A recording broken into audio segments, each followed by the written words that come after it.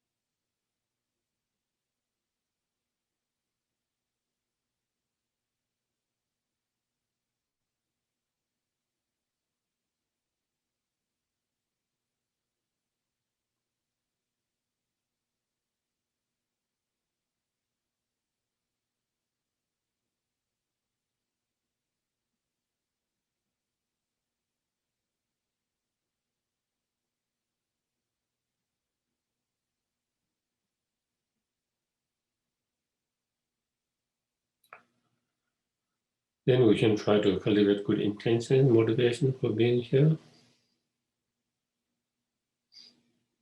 by thinking, as long as we're in samsara,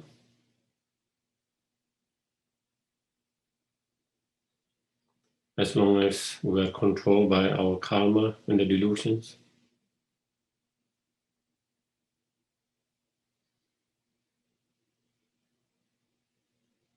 no matter what our external situations are,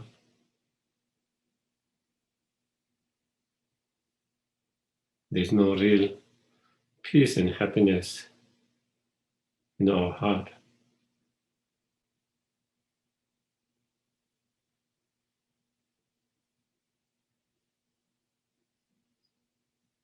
We find a reason to be unhappy, reason to be dissatisfied.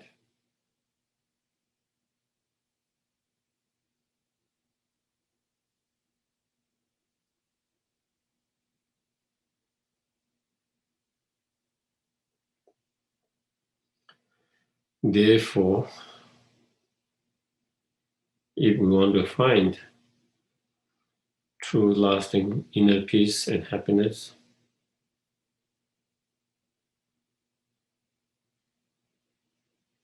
we need to purify and overcome all the negative karma, all the delusions, obscurations.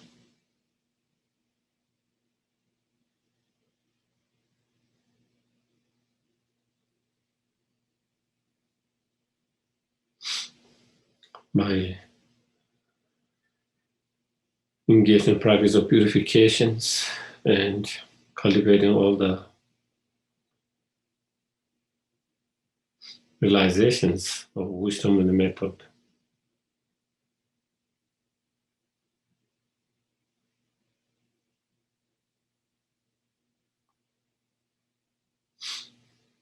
Not only we need to do that for our own happiness and inner peace,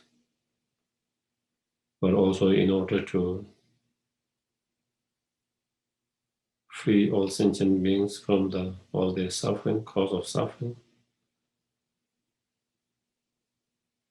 And in order to help them to achieve their true happiness, ultimate happiness.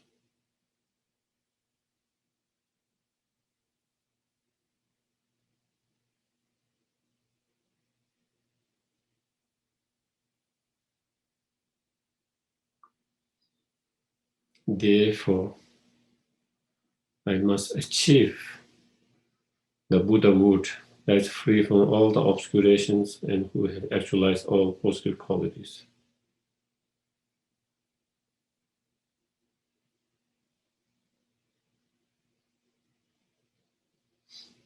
And in order to achieve that fully enlightened state, I must practice, engage in the Bodhisattva path,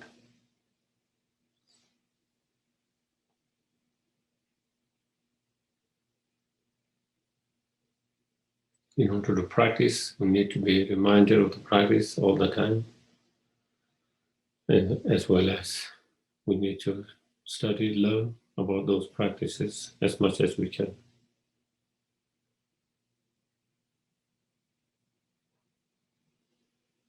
That is why we have come here together.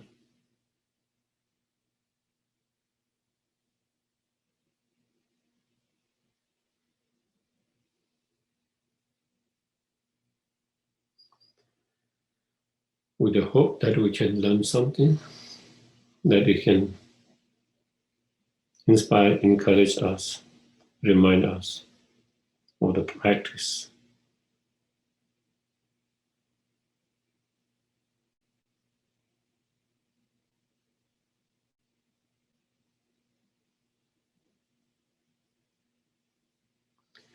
Okay, so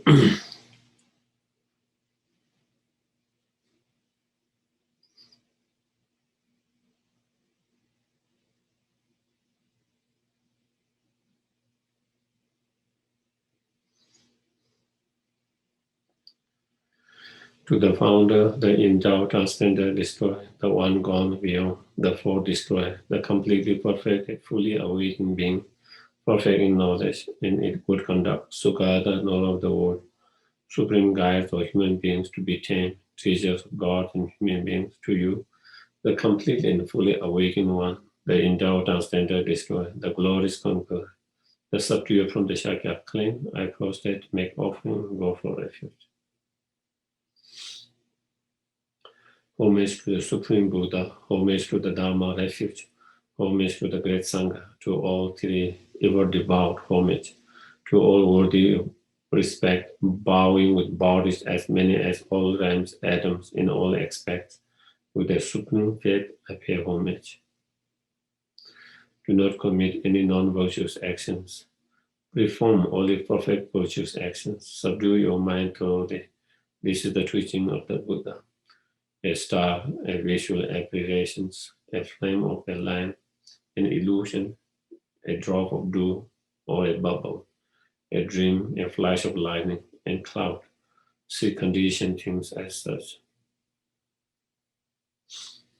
Through these sentient beings attain the rank of all seeing, subdue the four faults, and be delivered from samsara's oceans, perturbed by the waves of aging, sickness, death.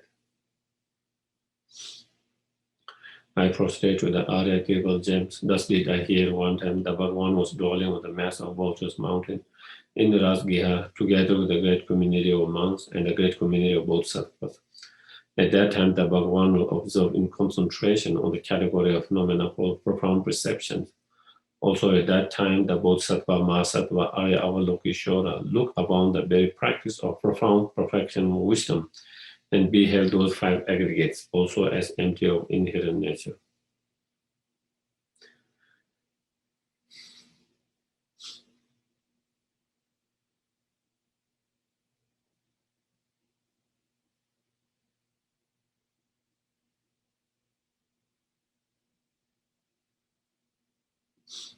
Then, through the power of Buddha, the Venerable Shariputra said this to the Bodhisattva, Mahasattva, Arya Avalokiteshvara: how should any son of the lineage train who wish to practice the activities of profound perfection and wisdom? He said that, and the Bodhisattva, Mahasattva, Arya Avalokiteshvara said this to the Venerable Shariputra. Shariputra, any son of the lineage or daughter of the lineage who wish to practice the activities of profound perfection and wisdom should look upon it like this, correctly and repeatedly beholding those five aggregates also as empty of inherent nature. Form is empty, emptiness form, emptiness not other than form. Form is also not other than emptiness. In the same way, feeling, discrimination, compositional factors, and consciousness are empty.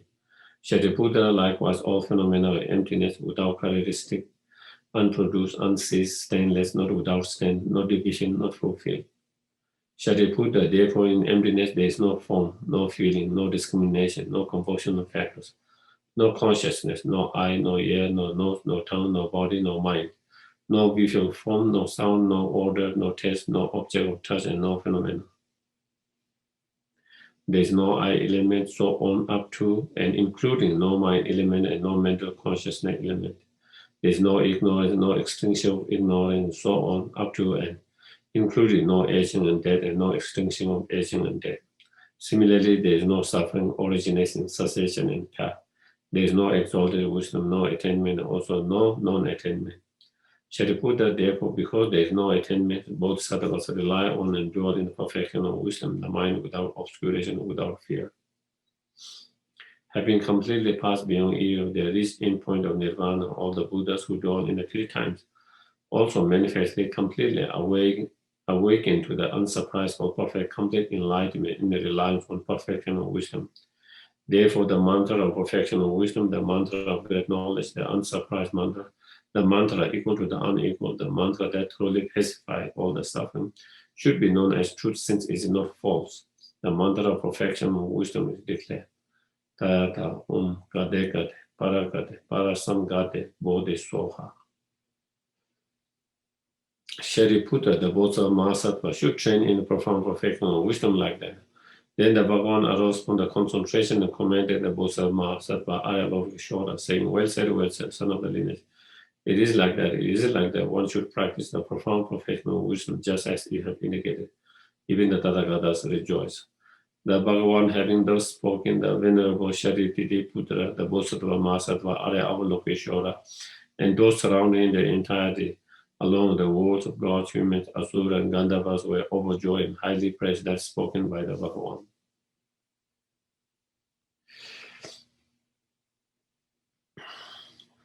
So she peke so shi me to da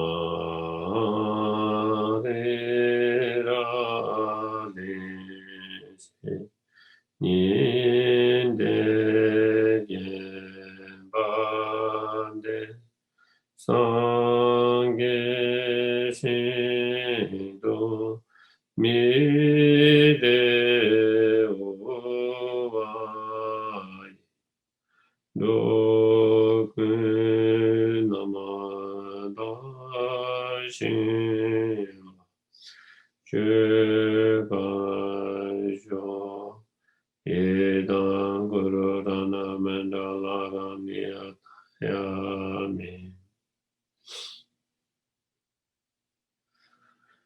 I go for refuge until I am enlightened to the Buddha, the Dharma, and the Supreme Assembly.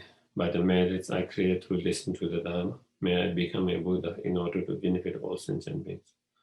Sangye Chodan Soke Sonam La Chanchu Badu Daniga Dagi Shuen Jibe Sonam Ge Lola Penche Sangye Duva Sangye Chodan Soke Sonam La Chanchu Badu Daniga Dagi Shuen Jibe Sonam Ge Lola Penche Sangye Duva.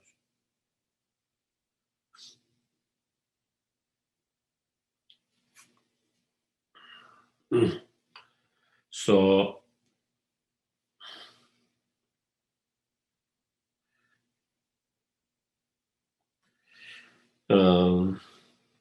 we're going to start a kind of series of different practices, preliminary practices or Ondo practices over the time, and the practice of 35 Buddha, doing prostrations in relation to 35 Buddha is one of those Ondo practice. And so this is the first kind of the series, the first one starting, and I think it's only 4 or 5 weeks. And I hope you can make all of that so that all the 5 sessions, so then then you that you don't mix the connections, so that so.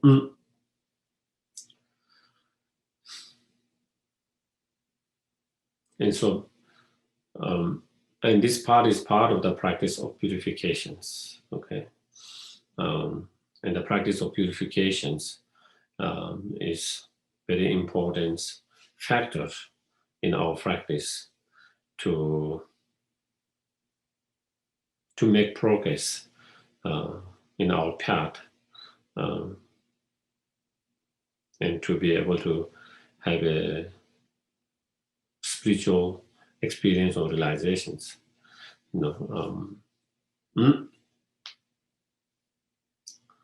Like everything's interdependent. So is our path interdependent.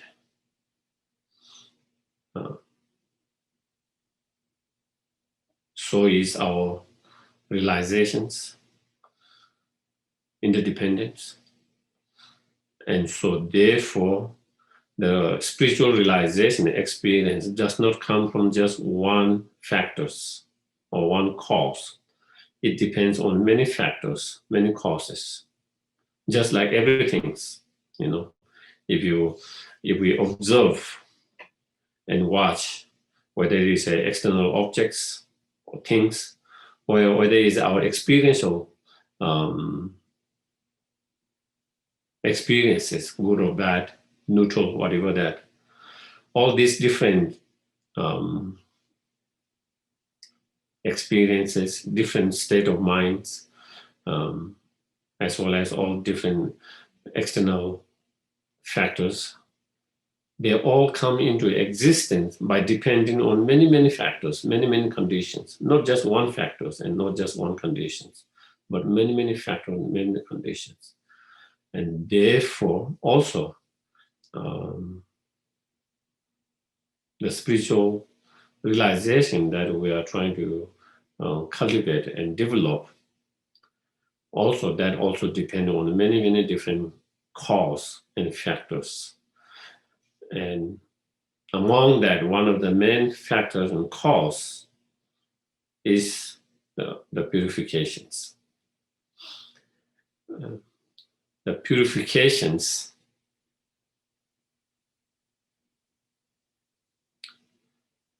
the functioning of the purifications is that it clear and purify whatever obstacle there is for that realization to arise and cultivate and develop,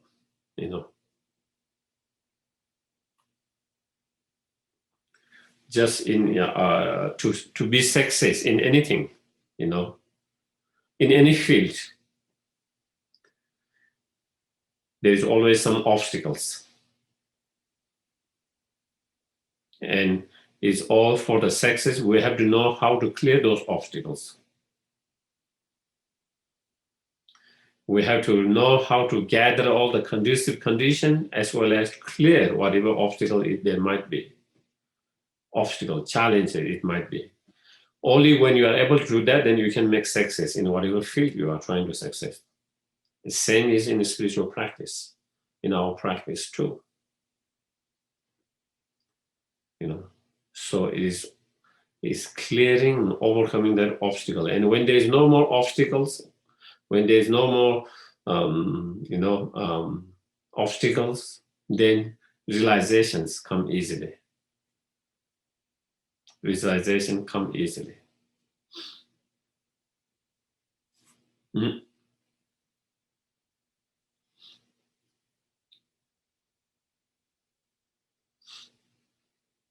So in relation to that,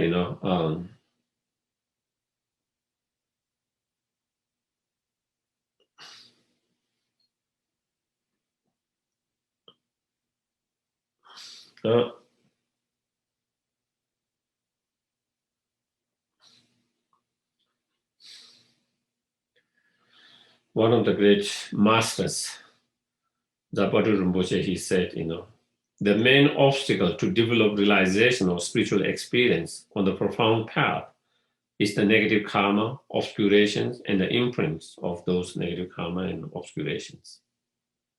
In order to allow the reflection of realization into the mirror of the mind, the basis of all, it's important to purify obscurations.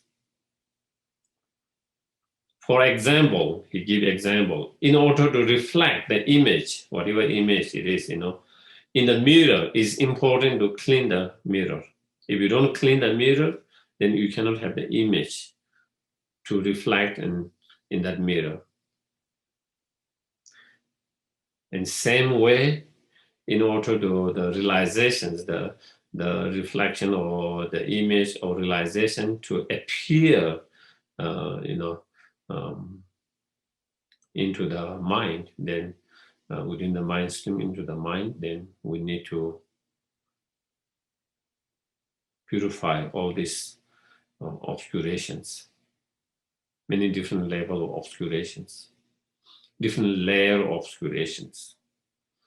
There are many different layer of obscurations.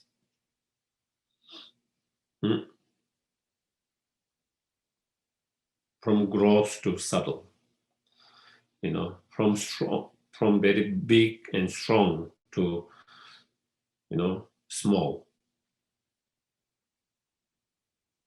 and subtle, so we have to, and then, in the same way, Pabonga Rinpoche also said, the reason why we are unable,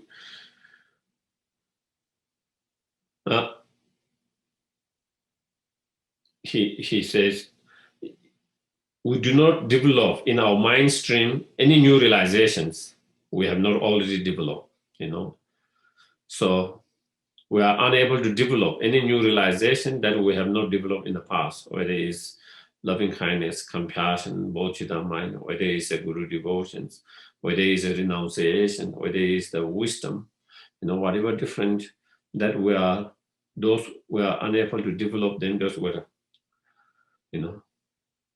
and those we have already developed are degenerating. Sometimes we feel a little bit of compassion, and then after some time it starts to degenerate. Slowly, the compassions kind of turn into resentment, anger, disappointments, and so forth. So even when we have very small, not really realization, but even when we have a little bit of taste of those realizations, even when we have glimpse of them, it doesn't last. It kind of, it gets degenerated and we lose them, And why is that? Why is we are unable to cultivate or develop new realization, and why that whatever we have developed, why is degenerating? Because, as Papunga said, our negative karma and obscuration are the responsible for this. Because of our negative karma and the obscuration, that is why it is happening that way. Furthermore, our negative karma will be responsible for all the unfortunate things in this and our next life. If we do not want these things to happen, we must purify our negative karma. So it's clear, we all want happiness. Nobody wants suffering, problems,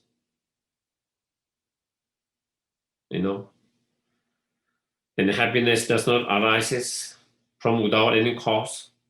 Neither any kind of problem, suffering do not arise without any cause. They all are dependent arising. They all are impermanent, transcendent, and they all depend on cause and conditions. And the cause of our problem, our suffering, is our own karma. Our own karma and our own unsubdued mind, our own delusions, our own afflictive emotion, our own obscurations. So if you don't want that kind of result, then we have to clear and purify the cause that give rise to such result.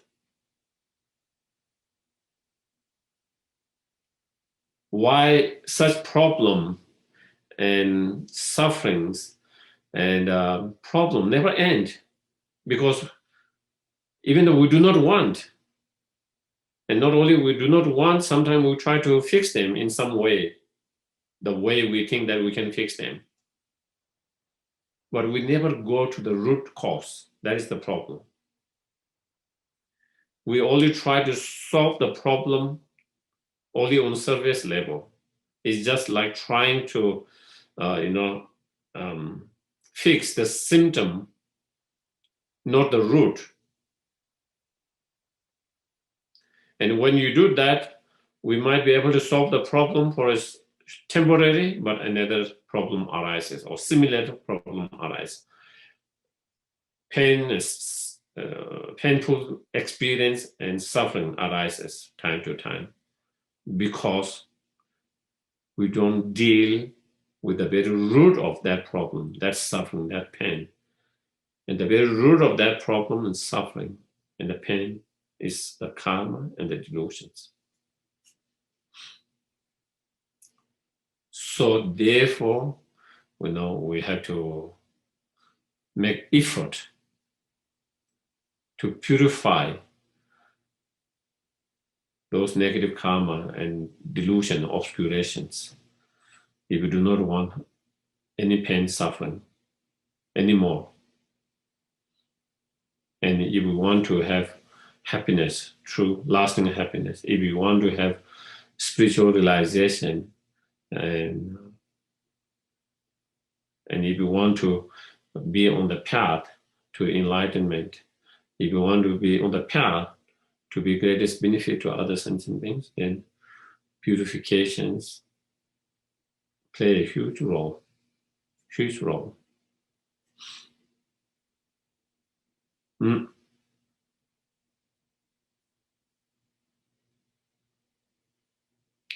Even from the, there are a lot of time people misunderstand. And they think, purifications, accumulation of merit, guru yogas, these are not so important. What is important in meditations? All you need to do is meditate. That will lead you to enlightenment. There are a lot of people who think that way. They think purification, accumulation, merit, guru yoga, those are not so important or is not necessary to have, spiritual progress on your path and to achieve enlightenment. Many of mistakenly think it is something that practice that has been developed by the Tibetan masters. They think it's a Tibetan thing. It's not necessarily Buddhist. It's a Tibetan thing. There's a lot of misunderstanding of that. Who believe in that,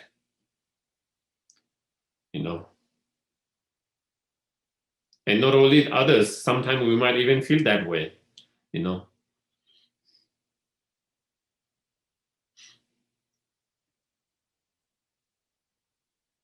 But, if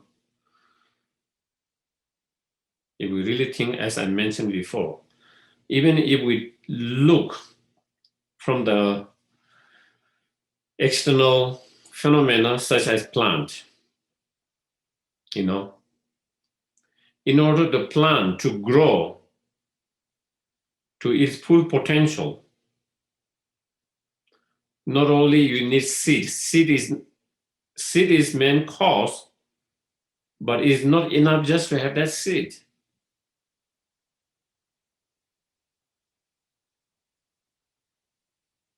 Meditation is like that seed.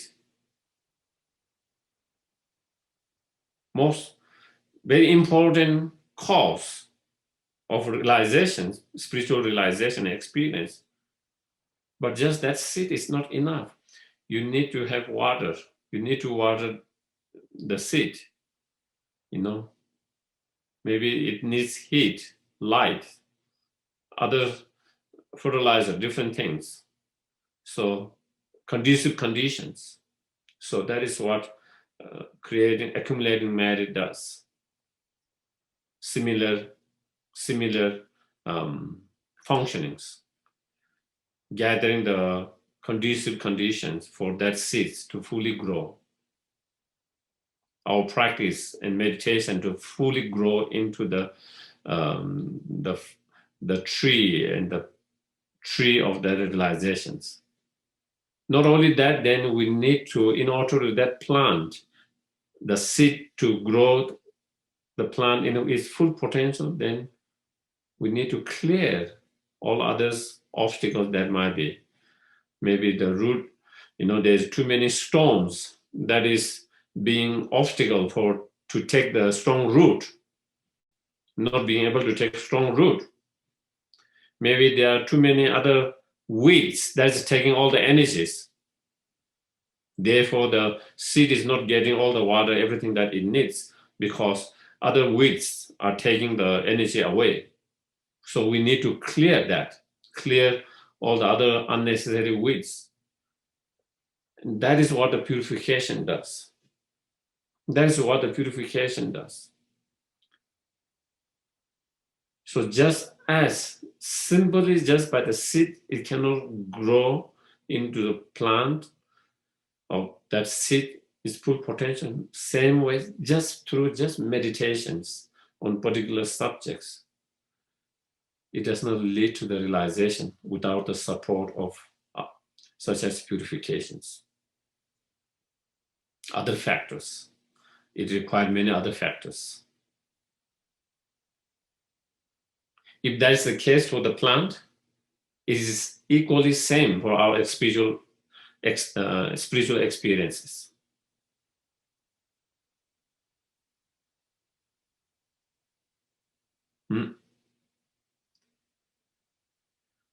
And then, in terms of purifications, it's not something that the practice as a purification, accumulation, merit, guru, yoga, so forth. Those are not developed or, made up by the Tibetan masters. You see all of them in earlier Indian masters' writings, as well as in the sutras. For example, if you have been reading the Golden Light Sutra, there is a chapter on confession, the purifications. Whole big chapters, In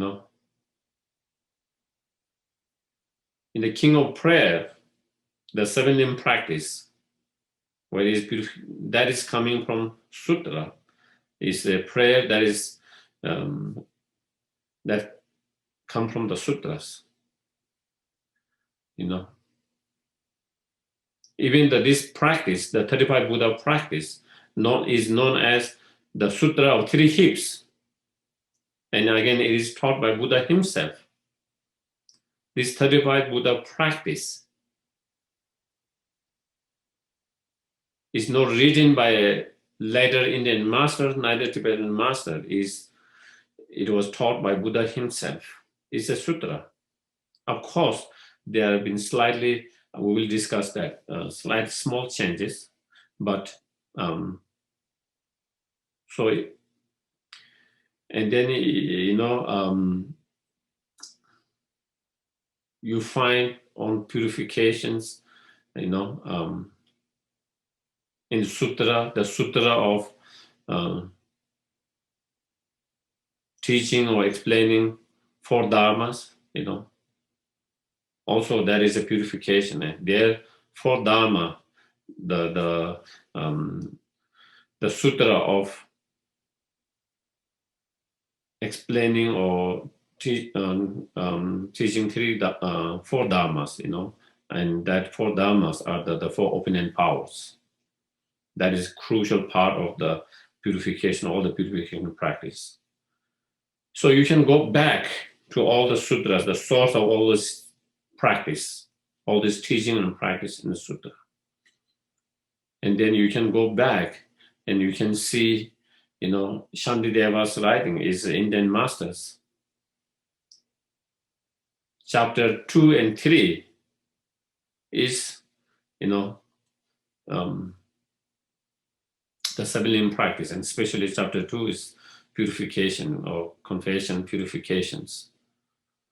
And also you find that in Nagarjuna's writing as well. So therefore, to think that these are a practice that has been kind of made up by the Tibetan teachers, master, is totally unreliable, totally misunderstood, misconceptions.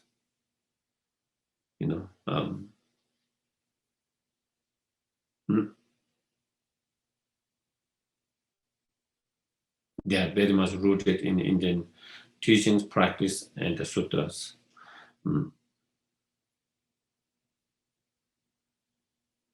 Then in terms of experience, experiences,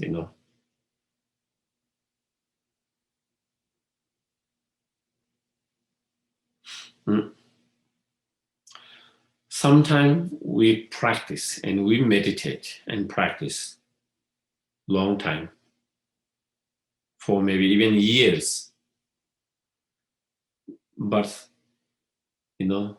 sometimes we struggle and cannot make any progress. There seems to be some blockage, no matter how much you practice, no matter how much you try to meditate, still you cannot make the jump. You cannot make the jump. You are stuck there. We feel we're stuck there.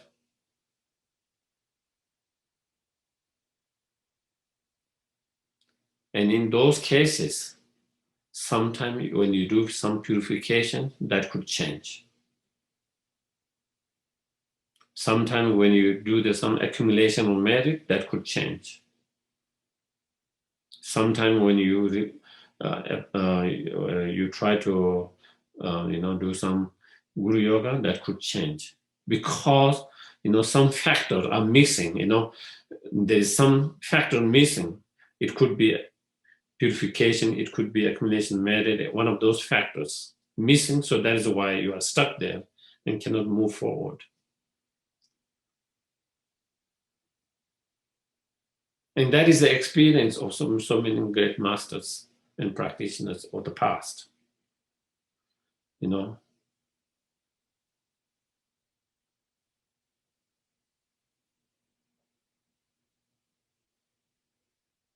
When you have all these factors coming together, such as purification on top of the meditations, the actual practice, whatever we do,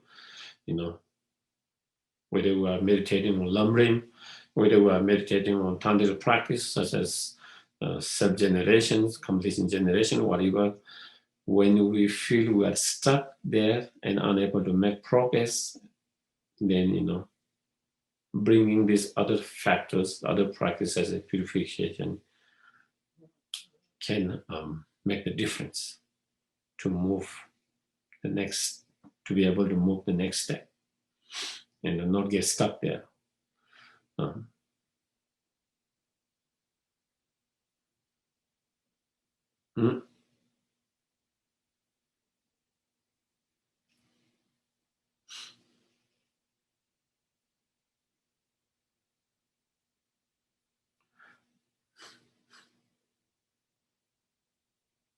So even in our founders of this particular lineage of Lama Tsongkhapa himself, he also had similar experience. He had already developed, some realizations, but not full realizations. There is a story of when they were gathering to do some ceremony, puja together, all the monks. Lama Tsongkhapa was so in a deep meditation and concentrations. He was went in so deep that meditation when the ceremony finished, when everyone left, he was still in that deep meditation. He was not even aware that the ceremony had finished, that everyone was left, because he was so deep into that concentration, concentrated meditations. And he had someone who has also developed those, single-pointed concentrations and many others. But still he had some,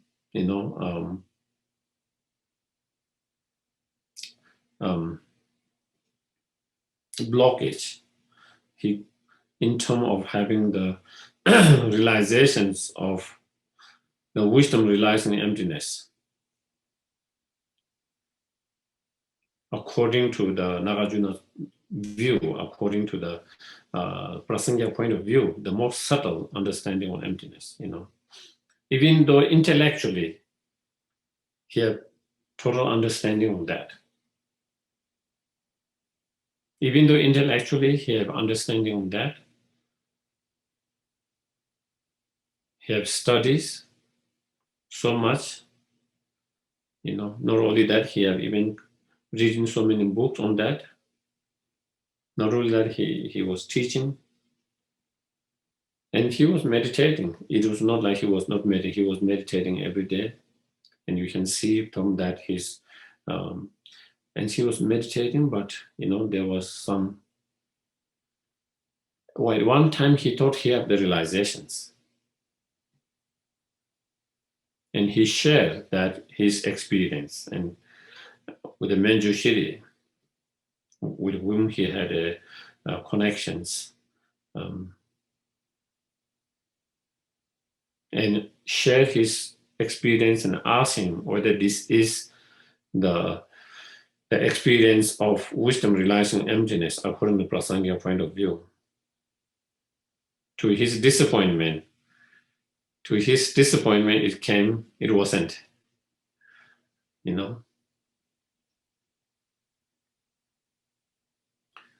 To his disappointment, it wasn't. So then he asked, what should I do to cultivate that wisdom, realizing the emptiness? Can you explain more? Can you give some instructions? Can you give some more, Lama Tsongkhapa was hoping that Menjushiri might be able to explain in a way that he had not understood before, that he can have that. And Menjushiri says some things, explain a little bit, and Lama Tsongkhapa couldn't understand it. He said, I don't understand what you are saying. And Menjushiri says, don't worry. You will understand later. There's nothing more verbally I can explain for you to have that understanding, And so then he advised him to do a retreat, kind of, retreat and engage in a practice, combining the practice of purifications, accumulation of merit, and then Guru Yoga, and then continue to study, practice, and meditate. And if you do that, if you combine all those practices together, and if you do, then you will have a realization. And as he has been advised, instructed, he followed that, and he left central Tibet, where he was at that time, teaching so many students.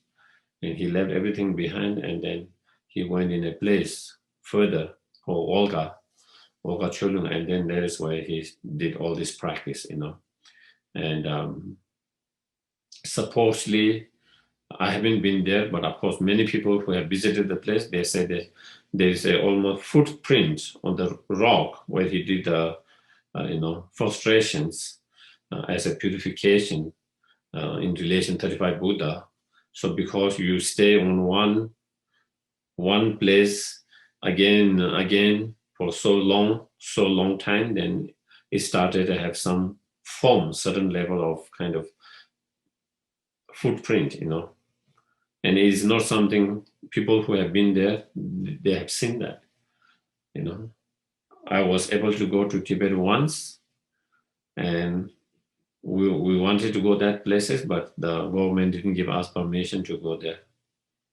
They rejected our permit to be able to visit there, so we couldn't go there. But so anyway, that is the point. Is that the point I'm trying to make is Lama, and of course there is more long story. I don't want to go in details,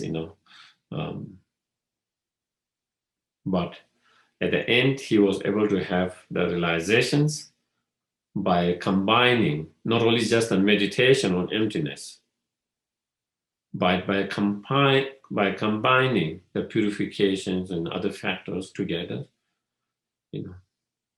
And so therefore, this approach is what I call holistic approach. You combine all the other factors together instead of just relying on one factors. You cannot develop realization just by relying on just one factors, because everything's all dependent arising, as I mentioned very beginning, they depend on many causes and conditions and many factors. And the purification factor is one of very important factors. Very important factors. The purification factor plays a very important factor in developing the spiritual realization or experience.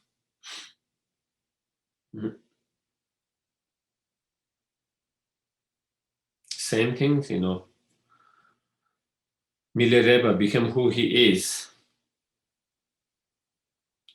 Great master achieved enlightenment in one lifetime because of he went through so much purification, so much purifications.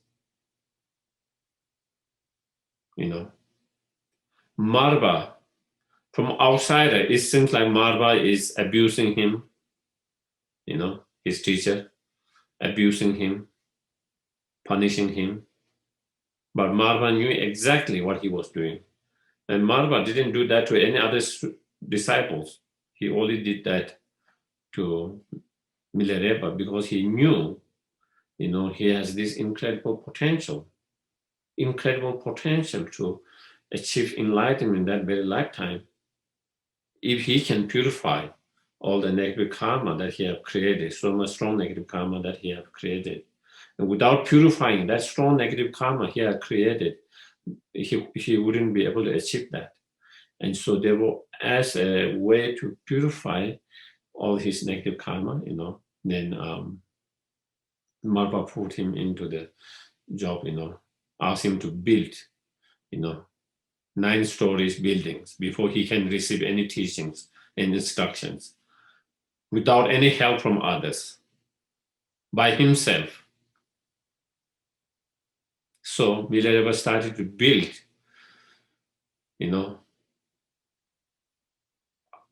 house, bringing all the stone, everything by himself and that. And after a little bit, then Marva come and said, "How dare you make that? It's totally wrong, Take it apart, put everything, all the stone, everything where you brought from, and make new with a different design." Again, Milarepa did that. Again, same thing for 3 times. There was a time when Milarepa thought, he almost lost hope. He almost gave up, And because Marva said, until he does that, he's not going to give him any teaching and any instructions. So after going through all that and building that 9 story, and that's not one small house, 9 stories, and going through all of that, and finally, then Marva took him as a student, disciple, and started to give teachings, instructions, guiding him. And through that, all of that, eventually Milarepa achieved enlightenment and become a great inspirations, great for future generations, So our purifications, what we do now, is nothing compared to what someone like Milarepa went through, And it is said, Milarepa could have achieved enlightenment even more faster if he has done more purification, more hardship. But Marva's wife was very extremely compassionate. She couldn't watch Marva experiencing all of Milarepa experiencing all of that. She tried to help him many times so that he can receive teaching and instructions. Marva just kicked him out all the time and at different times. But because Marva's wife was very kind of always doing that, and so Marva also felt a little bit compassion for her as well, as well as for the Milarepa, and so he didn't give him more purifications than what he did. And Marva explained he could have achieved enlightenment even faster than that if he has done that purifications. So, and again, so not having realizations, not being able to develop realization quickly, easily, is due to our own negative karma, delusion, obscuration. When we purify them, when we purify the negative karma, the obscurations, delusion, then not only we can achieve and develop the spiritual realization, but we can develop it quickly, easily, without much difficulties.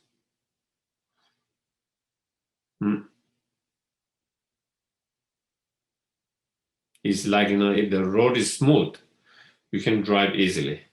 If the road is rough, when you drive, then it requires a lot of effort, skills, and it will take much more longer time. So true purification is kind of clearing that roughness and smoothing it so that it becomes smooth and easy and quick.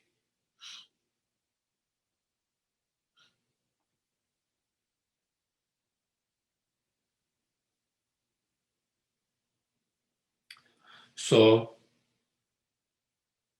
in our life, first of all, we try to make effort not to create any negative karma as much as possible through body, speech, and mind. The negative karma or negative actions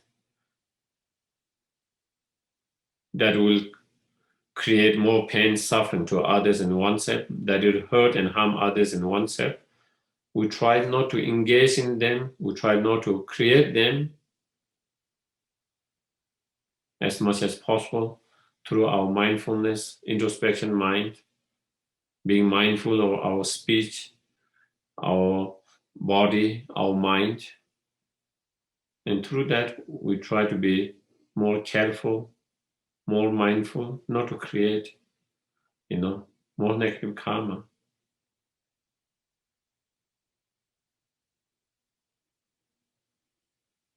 Despite doing that, of course, again, we have created so much negative karma from the beginner's lifetime, which are not being purified, many of them not being purified.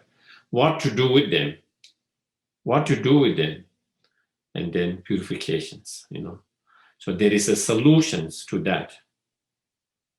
It's not that there is no solution to your mistake in the past. The good things is even, due to not being mindfulness, not to being too careful, or due to having too much delusions, too much strong delusions, even we have make mistake by creating so much negative karma in the past, still those can be purified. Those can be purified. And there is a way to purify it. There is a method to purify. And Buddha has explained so many different methods, not just one method, many different methods to purify. Many different practices, many different methods for the purifications. Among that, many different methods and practice for purification. One of them, very important method, powerful method, is the purification through the practice of 35 Buddha.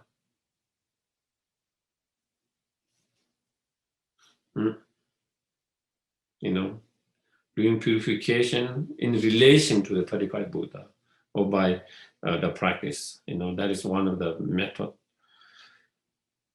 And that method also, being mentioned, in Shantideva's, in his Labdu, the condemn of the training. What is compendium?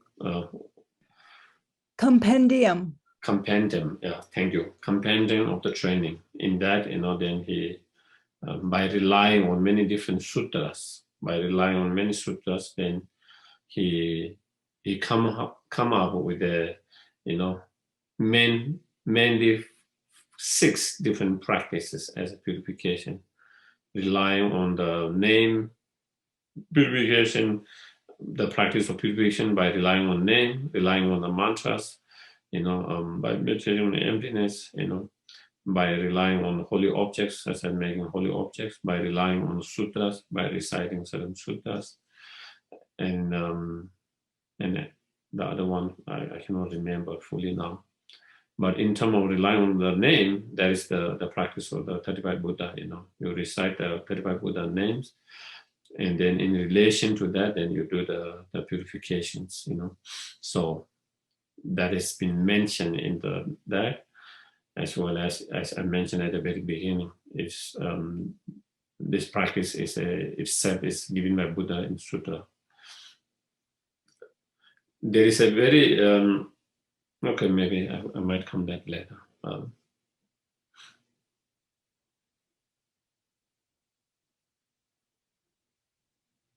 So next big question for us, can those negative karma be purified?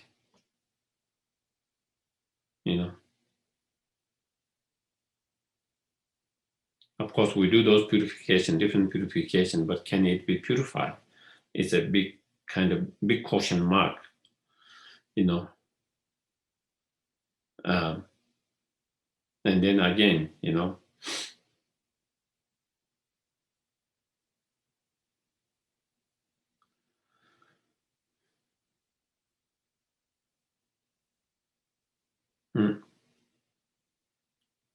all the teachings, Nagarjuna, mentions in his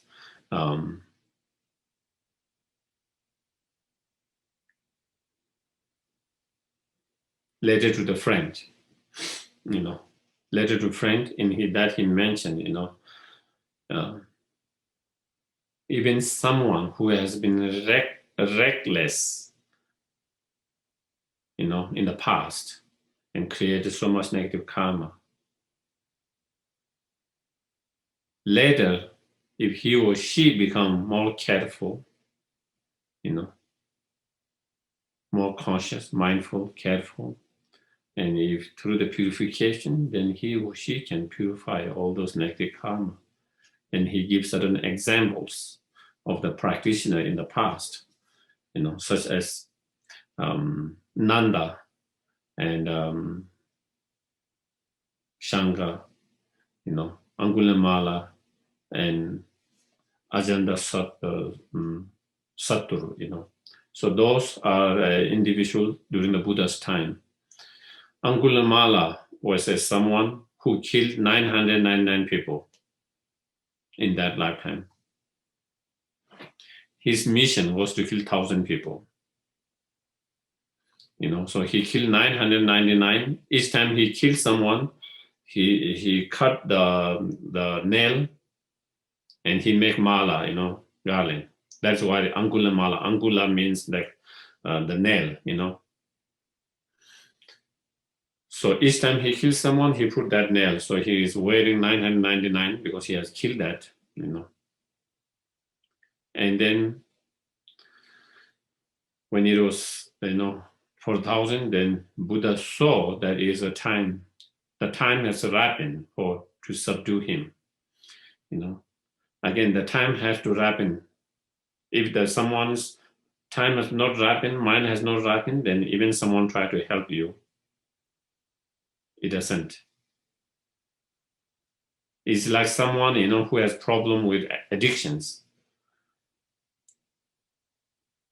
When they feel they want to, for example, they want to get rid of that problem. They recognize their problem and they want to kind of get out of that problem. And in that time, when someone reaches out, then it will be helpful.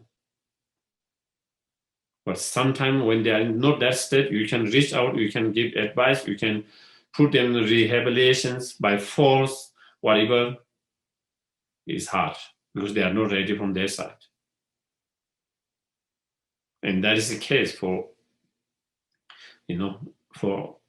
like, don't we say we have to be in the right place, right time for success in everything. It has to be in the right time, right place.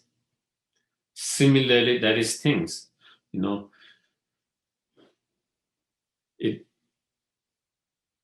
So before that, he was not ripened. And so that time, the Buddha saw he is now fully ripened to be subdued. And so then Buddha manifested where he was as walking. And then, he was chasing the Buddha, because he needed the one person, make it thousands, And Buddha was walking and he was running after him. And Buddha wasn't running, Buddha was just walking. And somehow he never can catch up. He never can catch up. It looked like Buddha was walking and he was running with his knife, So anyway, and then he asked Buddha to stop, And then he was ready to kind of, and then there is many conversations, there is a sutra, Angulimala Sutra, and there is conversation back and forth, about their conversations. And through that conversations, then, Buddha subdue his mind and to give up killing anymore and harming anyone. Buddha, encourage, inspire him to do that. And he does that. And then he falls to the Buddha's feet and requests him to take him as his disciple, as his follower, because he wanted to follow the Buddha's path. And then he became a monk, and then eventually he achieved, highest goal, arhat, in that path, in that very lifetime. In some, they say he achieved the part of seeing. Some others, there are in some scripture, they say he achieved the path of seeing. Arya, some you can say Arhat. And it might not be contradictory, in a certain time he was in path of seeing, at the end, very end, probably he achieved enlightenment, Arhat, So, and he was able to do that through he was able to purify. Imagine, not to talk about all negative karma he might have created in the past, but even in just one lifetime, he killed 999 people. Killing one human being is a very, very strong negative karma. First of all, killing is negative karma. And especially killing human beings is strong, very, very strong negative karma, 999. But he did achieve spiritual realization, not only spiritual realization, very, very high spiritual realizations. Why? Because he was able to purify the negative karma. That clearly shows that negative karma can be purified. If he can be purified of his negative karma, Why would not we be able to purify? We have the same potential. If we apply same purification as he did and practice as he did, we have the same. We are the same human beings with same potentials. So therefore, our negative karma can be totally purified. Ajanta Satru was at the Buddha's time, he was a prince, and his father, the king, was a very, good friend of Buddha, follower of the Buddha, kind of sponsor of the community and so on, But his son, under the influence of some other bad advice, in order to take the throne himself, he killed his father. And according to the, many of the Buddhist scriptures, killing your father is one of the killing your father or mother is one of the most heinous crime or uninterrupted karma, one of the worst negative karma. But also him, same thing. Later, he regretted what he did. Again, after meeting the Buddha, of course, there's a long story. Again, I don't need to go all these stories long, but again, having a conversation with Buddha, and then again, through that, again, there is also sutra on that, the conversation between the Buddha and him, and then again, Buddha helped him to, so again, he regret, and then he purify, and he engaged in the path, he practiced the path, again, he achieved also aha. So all of those different individual given example by Nagarjuna in his letter to that is where those are people who have created not just a negative karma, but very, very strong negative karma. And all of them were able to achieve develop very high spiritual realizations. That means they have been able to purify their negative karma, And so if their negative karma can be purified, of course our negative karma can be purified.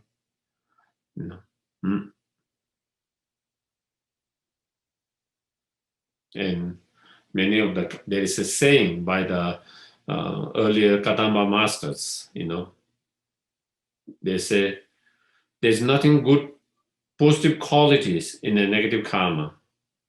There's nothing positive quality in negative karma. But it can be purified. That is the only positive qualities of that negative karma. The only positive quality of negative karma is that it can be purified. That is the saying of the great Kadamba masters, And of course, negative karma should be and can be purified because it's not permanent. It's not a permanent, it's not a static. When there is opposing force, conditions coming together, it can be destroyed.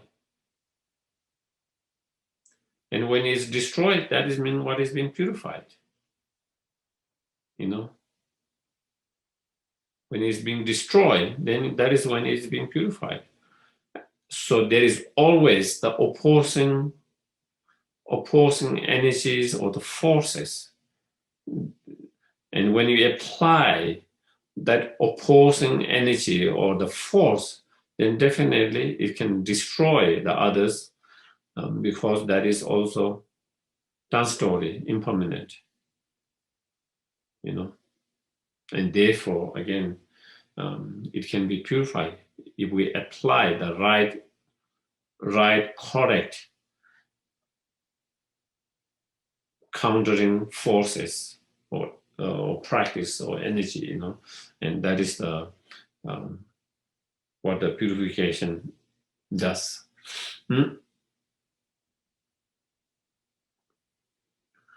In terms of And then in all the lumberings, it explains all the negative karma can be purified because even the worst negative karma, such as 5 uninterrupted negative karma, can be purified. So all others negative, and those uninterrupted negative karma are supposed to be the negative karma that one will receive, one will experience result of them for sure in normal situations. And of course, there is a slightly different view on different Buddhist tenets. Bapasika tenets, one of the Buddhist school, in their system, they believe that they can purify all negative karma except those 5 uninterrupted negative karma. And they take that, the word, the meaning of that word as a literally uninterrupted means that, this life and next life, without any other interrupting other lifetime, you will be born in lower birth. You will shortly.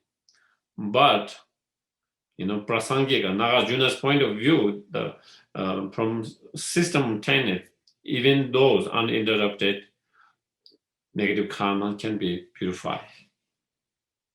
So from their point of view, there's no negative karma that cannot be purified. There's no negative karma that cannot be purified. So therefore, the negative karma can be purified. I think it's very important for us to understand and have a strong belief in that through those understanding. Otherwise, you try to do purification practice and then you started to doubt, then your practice doesn't become so sincerely powerful, effective, because your mind is not fully there in your practice. You are not practicing wholeheartedly. Your mind is not fully there because you are still wondering, does this practice really purify? Does it really work or not work? Your mind is two-minded. And so therefore, we should have a strong belief that it can, not just a belief, but the belief driven by reasoning, logics, and all through those examples and experience of other individuals, masters, and individual practitioners,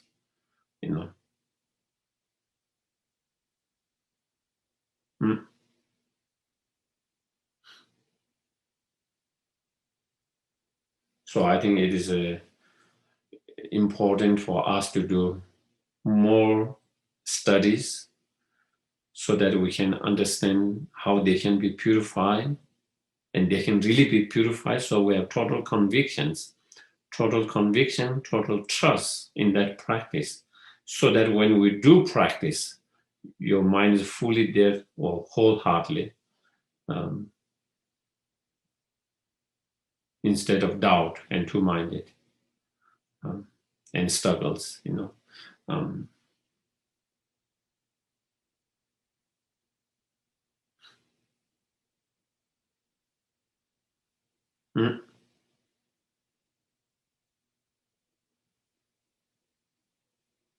Milarepa himself, in his life, he killed a lot of, sentient beings, through his black magic, harms, and so.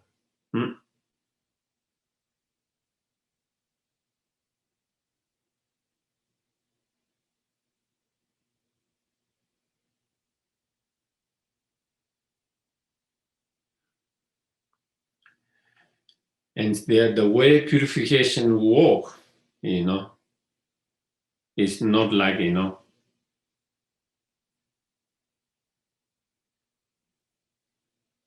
everything is gone like this. You do purification, 1 session, 2 sessions, 1 day, 1 week, 1 month, or even 1 year, then all negative karma are gone like that.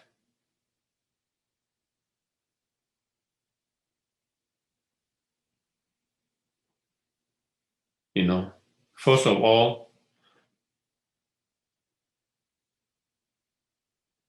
the level of negative karma we have, we cannot imagine.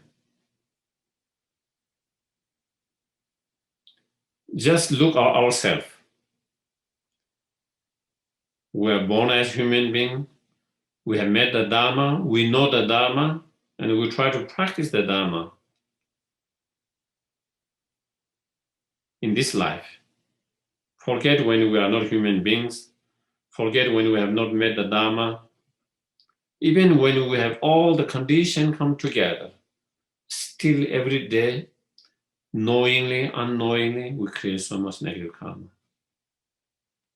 Watch our speech, watch our body, watch our mind. Just when you are watching a news, isn't there frustration, anger? That moment we have created a negative karma. Each time when you are watching a news or something, and you become very upset,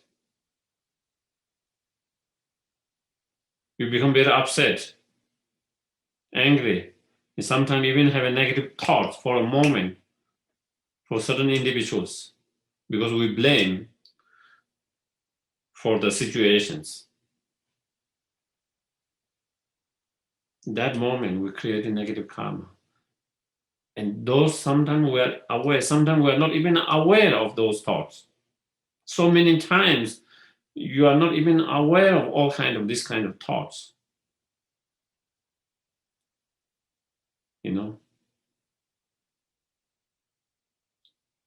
And then we engage, into, so much, sometimes idle gossips, meaningless gossips, sometimes we even lie without knowing we are lying, not being aware we are lying, all kinds. So if that's the cases, then what can you think when you have not met the Dharma? And when you don't know this is negative or not negative? This should be practiced, this shouldn't practice. When you don't know, killing is not a negative. Killing is okay. When you think lying is okay.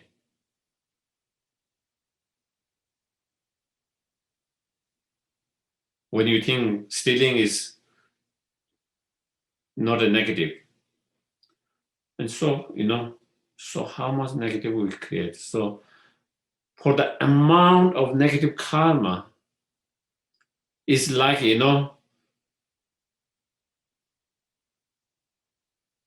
there's mountains of garbage, and you are trying to,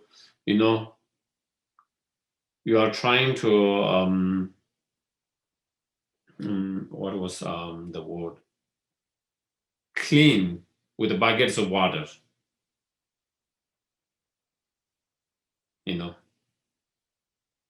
and expecting by throwing some buckets of water, expecting that mountains of the garbage or the falls is going to be clean immediately. That is very unrealistic. Very unrealistic. But we have that kind of very unrealistic expectations, And when those unrealistic expectations are not met, then we start to doubt the practice itself. We started to doubt the practice itself, So from one point of view, the amount of negative karma is so much. Therefore, even through our practice, even we have been able to purify so much of negative karma, but still there is a lot of negative karma to be purified. It doesn't mean our practice has been wasted. It doesn't mean our practice has been wasted and the practice has not had any effect or is not purified at all. It just, even though it has purified, it has not purified completely because the amount of negative karma is so strong, so much.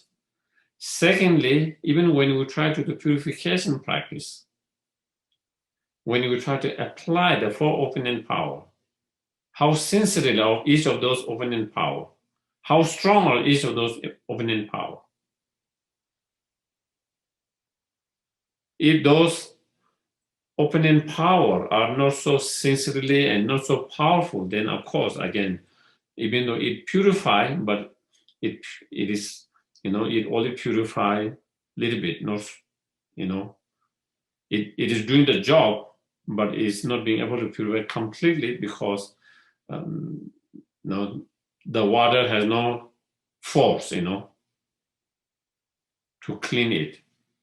You are pouring water, but it does not have force, like when you are washing house or something, and there's a lot of garbage, and you try to wash it with the water by throwing the water, but you don't have force, then it takes more time.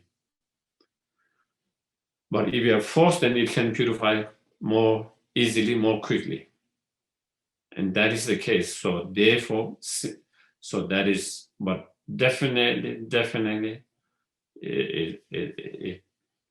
negative karma can be absolutely purified, and each of our practice, small, big, has certain effect on our negative karma to purify it. So I guess today maybe I will kind of, so I wanted to give kind of general idea of the purification before we actually go into the practice of 35 Buddha itself. Why this practice, where does this practice fit?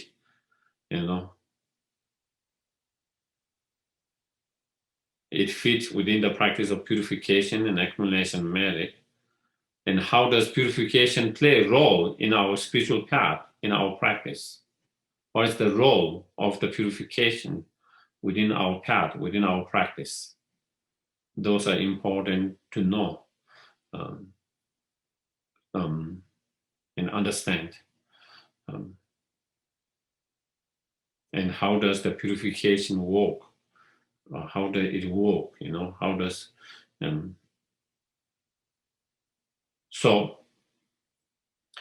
so I will stop here today, and I could take a couple of questions, comments, if anyone has questions or comments.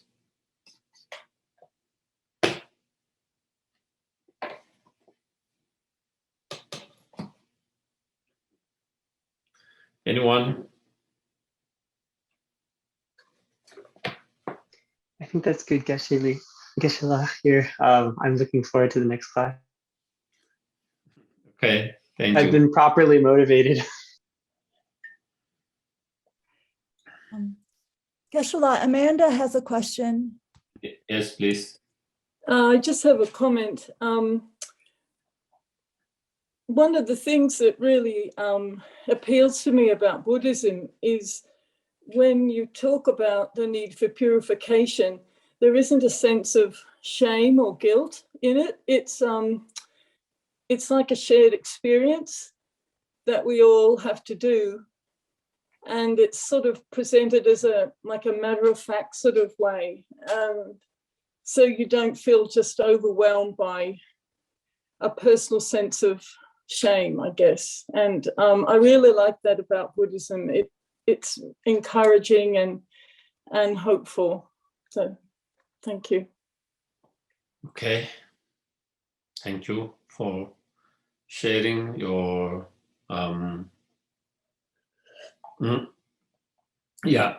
your thoughts. So then we do the dedication. If there is no questions, let me see if there's any. Okay.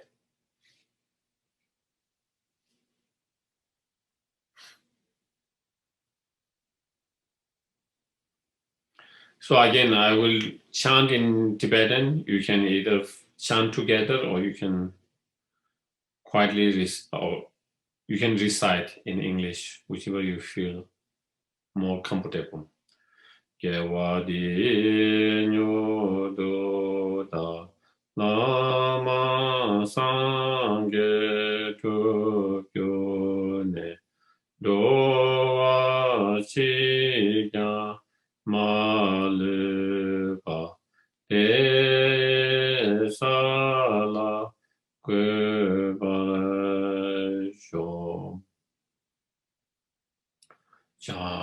sentient Rinpoche ma ke pa na ke kyu chi ke wa nyam ba me ba yam kong le kong du pe wa sho.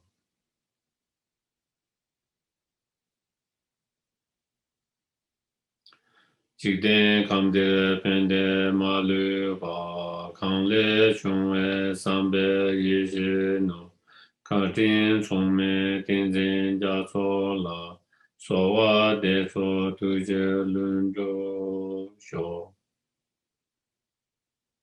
Tu zu chang xin zhang gen jia ye ten zin jiang pe we kun so to bo lo zi Chō sōng kū wē lē mō tō tō ā nā sō dō jē guān dō shā tēn shō.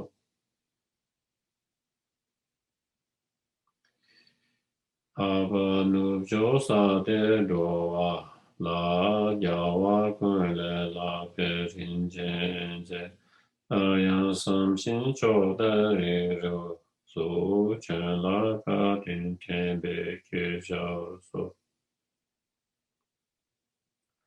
Thank you very much, everyone, for joining, and hopefully you will be able to contemplate a little bit what we have discussed. So, not like we finish the class and then you just let it go.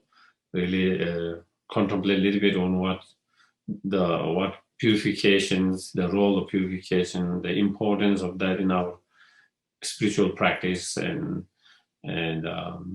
yeah. Okay. Thank you, everyone. Thank you, Geshe Thank you, Lama. Geshe.